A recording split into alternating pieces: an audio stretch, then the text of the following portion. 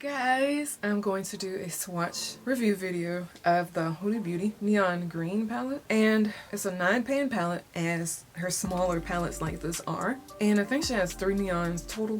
This is one of them. I have all 3. This video will just be focusing on the green one. I'm also wearing a look from the palette. I have another one. I don't know if I'm gonna post before or after this one using this palette, but if you want to see this one, you'll just have to stay tuned and you'll see when I post it in the future. Just make sure your post notifications on so you don't miss it. So let's get right into it. First color is a light matte green. It's like a light matte lime green. Beautiful. Reminds me of like a lemon lime color that's really light. Color next to it is a yellowish greenish gold. That's the best way to describe it. It has a lot of shimmer in it. It's very pretty. It's not as pigmented and as creamy as I would like. It's kind of dry. I'm not necessarily a fan of that. It's really hard. It's one of those hard shimmers. It's a pretty color. It just takes a lot to work, a lot of effort to work with and to get it, you know, to be as intense as I want it.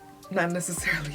Next to it is probably one of my favorite colors in the palette because I love greens. I love lime so much. I'm actually wearing that color in my tear duct now. It's a matte lime green. Second row. This is a light shimmery pink. I used this in the first Huda Beauty Neon Green tutorial I filmed. It's light and shimmery. Again, it is not creamy at all. And when I say creamy, I mean buttery.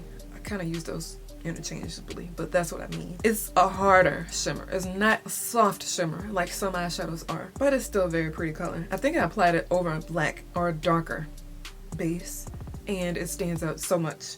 It's one of those duochrome colors that really pops when you put over a dark base. Next to it is this light shimmery duochrome colors, a white duochrome. Again, put it over a dark base, it'll really pop. And next to that is a shimmery bluish purple. I'm actually wearing that on my lids now. So pretty. I didn't put it over a darker base at all. I applied it on its own. It's still intensely pigmented. This one is a lot more soft than the other shimmery shades in the palette. So this is one of the nicer textures in the palette. Last row, first color, copper. That's exactly what it is. Now when I say these names, it's not the names of the colors. The actual colors aren't named. So I'm just pretty much making up my description of each color. But this is a pretty copper. I applied it to the bottom lash line.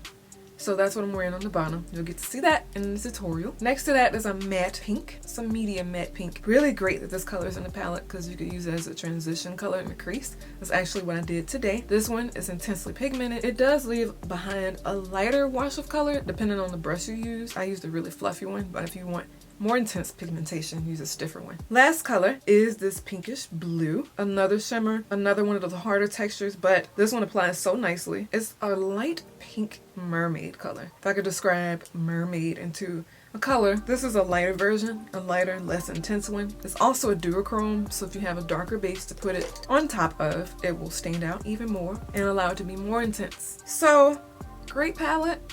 I do wish it had, this is small, again, I do wish it had a brown highlight. I do wish it had an actual darker color, but I do realize that that's not the point of this palette. This is a neon palette, so it's not intended to have any type of brown highlight, any type of dark color. That's just me speaking in general. Things I like. I love the mirror in here. I'm not going to show it to you because you're going to see everything I have that I might not want you to see. Just saying. I love the mirror. I love the packaging. I wouldn't say high quality. I mean, it is high quality. It's not cheap. It's not cheap plastic, in my opinion. It's made really nicely. It's really nice packaging.